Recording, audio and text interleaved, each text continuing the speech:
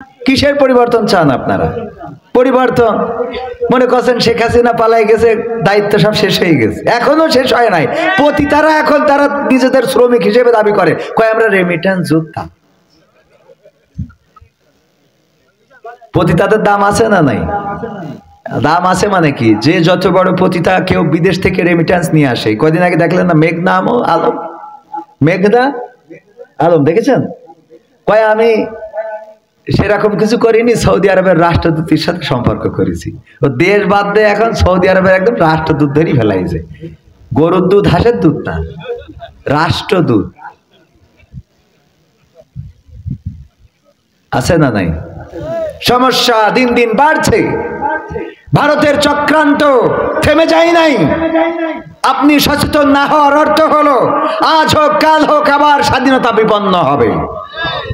আমাদের হাসনাত আব্দুল্লাহ সোচ্চার কণ্ঠ, আমি নিজেই তার সাথে সাক্ষাৎ করেছি, দেখা হয়েছে।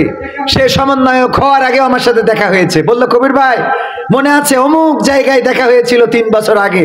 আমি বললাম যে একটু একটু মনে পড়ে। তবে 3 বছর আগে যখন দেখা হয়েছিল তখন আমিও ছিলাম সিম্পল ম্যান, আপনিও ছিলেন সিম্পল ম্যান, জেনারেল ম্যান। আজকে আপনি very very important, VIP, VVIP, আর আমি সেই পাবলিক আমজনতা রয়ে গেলাম। জড়াই ধরে বলতেছে, না সেটা না কবির ভাই, আপনারা অনেক সম্মানিত। এই মানুষটার দেখি খোলা মনে চলতে।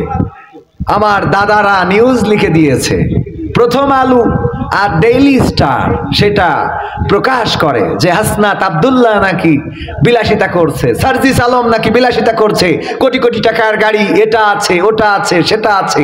বাবারে, যদি কেউ ফেমাস হয়ে যায় তখন তো এমনি তার দাম বেড়ে যায়।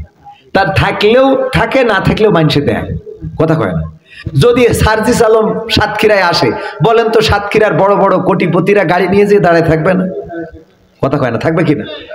মানে তেল আলা মাথায় তেল দিয়ে লোক অনেক আছে। মিজানুর রহমান আজহারি ভাই এক সময় এসে এর থেকে ছোট ছোট মাহফিল করে বেড়াতো, জানেন কিনা আপনারা?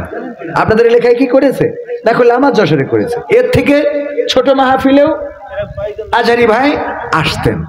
কিন্তু এখন এর থেকে ছোট, এর থেকে বড় কেন, সাতক্ষীরাবাসী চেয়েও তার বেল পাবেন না, কথা কয় না। কারণ যখন যে যতটুকু গুরুত্বপূর্ণ হয় এখন সে তখন তার তত দাম বেড়ে যায়। এখন আজহারি ভাই বই, ওই বইটি যদি বেদের মেয়ে জ্যোৎস্নার গানও লেখে তাও মানুষ কিনবে, কথা কয় না। আমাদের চরিত্রটাই এটা। কবির বিন সামাদের গতবারও এনেছে, এইবারও এনেছে। কারণ কি, মোটামুটি হ্যাঁ তার এখনো জনপ্রিয়তা আছে। তাই আগামীকালকে কিন্তু প্রধান বক্তা অন্য, আজকে প্রধান বক্তা কিনা? কবির বিন সামাদ। আগামীকালকে প্রধান বক্তা কে? হযরত মাওলানা খেচুড়ি রাহিমাহুল্লাহ। কে? আগামীকাল খেচুড়ি আছে না নাই? আমার দিন খেচুড়ি রাখে নাই, যে খেচুড়ি বাদেই লোক আসবে, বুঝছেন? কালকে খেচুড়ি রাখছে যে লোক। কেন আমার খেচুড়ির দিন রাখলে অসুবিধা কি? ডেটটা তো আমার কাছ থেকে নিয়েছে, আমিও 2 প্যাকেট নিয়ে যেতে পারতাম, তাই না? এটা টিস্যুর বক্স রাখেন নাই, ঘাটটা মস্ত ঘাট। তা যাই হোক, ওটা অসুবিধা নেই, না থাকলে তো নাই। তো এই জন্যে বিষয় হলো যে আমরা বুঝতে হবে আমরা যা বলি সেটা যেন করি। আমরা আমাদের চরিত্র হলো যা বলি তা করি না। অনেকেই বলে হুজুররা কয় যে আমরা যা বলি তোমরা তা করো, আমরা যা করি তোমরা তা করে না। এই কথা প্রায়ই শুনতে হয়। কেন শুনতে হবে এই কথাগুলো? আমরা সেটাই বলবো যেটা করবো। কারণ আমার আল্লাহ বলেছেন, ইয়া আইয়ুহাল্লাযীনা আমানু লিমা তাকুলুনা মা লা তাফআলুন, ওগো ঈমানদারেরা এমন কোন কথা বলো না যা তোমরা কাজে পরিণত করো না। সুতরাং এমন কথা আমরা বলবো না যেটা আমরা কাজে পরিণত করি না। কাবুরা মাকতান ইনদাল্লাহি আন তাকুলু মা লা তাফআলুন। আমার আল্লাহ বললেন, ওগো ঈমানদারেরা শুনে নাও, আমার কাছে এটা অত্যন্ত অপছন্দের, অত্যন্ত ঘৃণার, অত্যন্ত ক্রোধের যে তোমরা এমন কোন কথা বলো যা তোমরা কাজে পরিণত করো। আল্লাহর কাছে এটা অত্যন্ত অপছন্দের। এই জন্য যখন শেখ হাসিনা বলল যে হাসিনা পালায় না, কথা কয় না, ওবায়দুল কাদের বলল পালাবো না, প্রয়োজন হলে ফখরুলের বাসায় গিয়ে উঠবো। বলেছে না বলে নাই? এতগুলো কথা বলার পরেও তারা পালিয়ে গিয়েছে। আল্লাহর লানত তাদের পরে আছে না নাই? আল্লাহর কাছে এটা অত্যন্ত অপছন্দের। আল্লাহ ডেকে বলেন, ওগো হাসিনা, ওগো ওবায়দুল কাদের, এমন কথা কেন বলো? ইয়া আইয়ুহাল্লাযীনা আমানু লিমা তাকুলুনা মা লা তাফআলুন। ওগো হাসিনা, ওগো ওবায়দুল কাদের, ওরা তো ঈমানদার, আল্লাহ ওয়ালা না। সকালবেলা উঠে আগে যায় নামাজ খুঁজতো, তারপরে নামাজ আদায় করতো, কোরআন পড়তো, দিনের শুরু করতো। তার মানে 1 নম্বর ঈমানদার হলো শেখ হাসিনা, 2 নম্বর ঈমানদার হলো হযরত শামীম ওসমান হাফিজাহুল্লাহ। এমন কোন রাত নাই যে 80-90 রাকাত তারাবি না, তাহাজ্জুদের নামাজ না পড়ে ঘুমাইতে গেছে। ঠিক না বেঠে? এই তাহাজ্জুদ গুজারি সেও ঈমানদার। তারপরে ঈমানদার সালমান এফ রহমান, দাড়িটা দেখে মনে হয় যেন জামাত ইসলামের আমির এখন আমাদের সামনে। কথা কয় না? এই দাড়িওয়ালা সেও ঈমানদার, আল্লাহওয়ালা। গত রমজানের আগে রমজানে ইতিকাফ করেছে মক্কায়। ফেসবুকে স্ট্যাটাস দিয়েছিল, আমি মক্কার ইমামের পিছনে দাঁড়াই, একেবারে বরাবর টান টেনে ওই বরাবর পিছনে দাঁড়াই তো আব্দুল্লাহ বিন উবাই। বিশ্বনবীর পিছনে, বিশ্বনবী যেখানে ইমামতি করতেন তার পিছনে যে লোকটা থাকতো বরাবর একেবারে সোজা সুজি, সেই লোকটা ছিল ওবায়দুল কাদের। কিরা? আব্দুল্লাহ বিন উবাই। আব্দুল্লাহ বিন উবাই দাঁড়াতো। তারপরে আব্দুল্লাহ বিন উবাই শুধু নামাজই পড়তো না, নামাজ শেষে আবার দাঁড়িয়ে যেত, বলতো, গো মদিনাবাসী, আমরা বড্ড ভাগ্যবান, আমাদের মাঝে এমন একজন মানুষ এসেছে মক্কা থেকে, যেই মানুষ আসার কারণে আমরা সম্মানিত হয়েছি। তোমরা দয়া করে নবী মুহাম্মদ যেটা বলে সেটা তোমরা শুনবা, সেটা তোমরা আমল করবা, সেটা তোমরা মেনে চলবা। এই কথা মসজিদে বলতো, আর মক্কার ওই কাফেরদের সাথে তলে তলে যোগাযোগ করে বলতো, তোমরা আইসো, আমরা আসি, খেলা হবে। বোঝেননি? এমন আল্লাহর ওলি এখনো আছে না নাই? এখনো আছে। যাই হোক, এই ইমানদারদেরকে আল্লাহ ডেকে বললেন, ওগো সালমান এফ রহমান, ওগো ওবায়দুল কাদের, ওগো শেখ হাসিনা, ওগো শামীম ওসমান, ওগো মানিক্কাও তো আল্লাহর ওলি। এমন আল্লাহর ওলি হয়ে গেল যে সব কিছু ছেড়ে দিয়ে চলে গেল, দাড়িটাও রেখে দিলে, টুপিটাও মাথায় দিলে, বাগানের মধ্যে কলা পাতায় শুয়ে থাকলো। ঠিক না বেঠে? বলল, দুনিয়ার জীবন সব বাদ দিলাম, এখন পরকালের জীবন। দাড়িও রাখলো, টুপিও পরলো। যে দাড়ি পছন্দ করে না, টুপি পছন্দ করে না, জুব্বা পাঞ্জাবি পছন্দ হয় না, দেলোয়ার হোসাইন সাইদির নাকি সেই রায় দিয়েছে, গর্ব করে বলে। সেই লোকটাই আবার টুপিও পরলো, দাড়িও রাখলো, তারপরে যে বাগানের মধ্যেই বলল যে আর কোন ঘরে থাকবো না, দশকের পরে নরম বিছানায় আর ঘুমাবো না, কম্বল দিয়ে আর মুড়ি দেব না। চলে গেল বাগানের মধ্যে কলা পাতায় শুয়ে রইল। আর বাংলার জমিনের মানুষ এতটাই বেরসিক, ওর ধরল তো ধরল, বিসি দুটোও খুলে নিয়ে চলে গেছে। ঠিক না বেঠে? আল্লাহর কাছে এটা অত্যন্ত পছন্দের যে মুখে যা বলা হয় কাজে তা করা হয় না।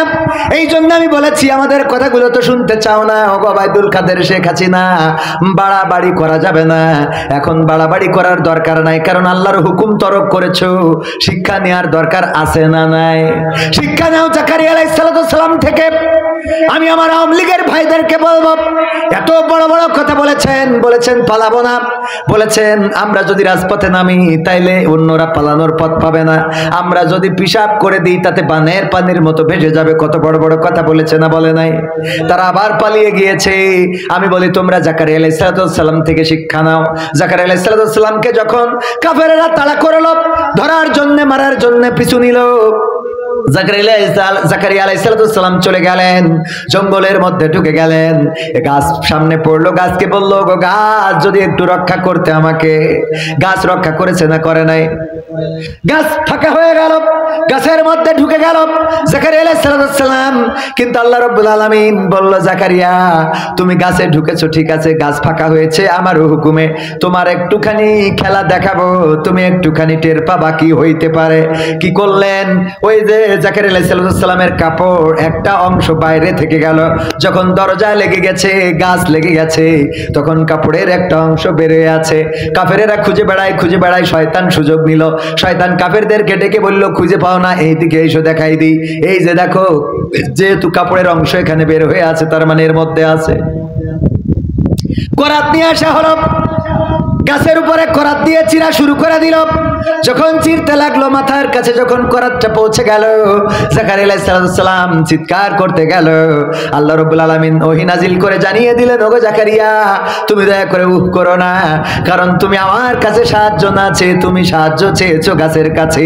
গাছ আমার হুকুমে সাহায্য করেছে ঠিকই, তোমার আশ্রয় দিয়েছে ঠিকই, তবে আমার কাছে সাহায্য না চাওয়ার কারণে তোমার শাস্তি হলো এই করাত দিয়ে চেরা হবে, টানা হবে, ঠেলা হবে, ঘ্যাসাং ঘ্যাসাং ঘ্যাসাং ঘ্যাসাং করে চেরবে, তোমার মাথা থেকে পা পর্যন্ত চিরে দ্বিখণ্ডিত করে ফেলবে। তুমি একটা বারের জন্য করতে পারবা না, তাইলে তোমার গোটা জীবন জিন্দেগির আমল বরবাদ হয়ে যাবে। জাকারিয়া আলাইহিস সালাম করলেন না, চিৎকার চেঁচামেচি করলেন না, সহ্য করলেন, এটাই ছিল শাস্তি।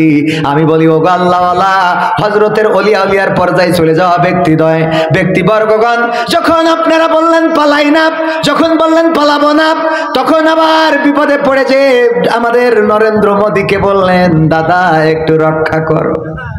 কথা কয় না, বলেছে না বলে নাই? এখন শাস্তি হইলো গিয়েছো চুপ থাকো, কথা বলবা না। কথা কয় না, এখন চুপ থাকতে হবে। আজ যারা যাও নাই দেশে আছো তারাও চুপ থাকতে হবে। 16 বছর আমরা চুপ ছিলাম, 16 বছর, এখন তোমরা দয়া করে চুপ থাকো। তোমাদের শাস্তি হলো করবা না, করলে কিন্তু ধানমন্ডি যেমন গেছে এমনি ভাবে আরো মন্ডি চলে যেতে পারে।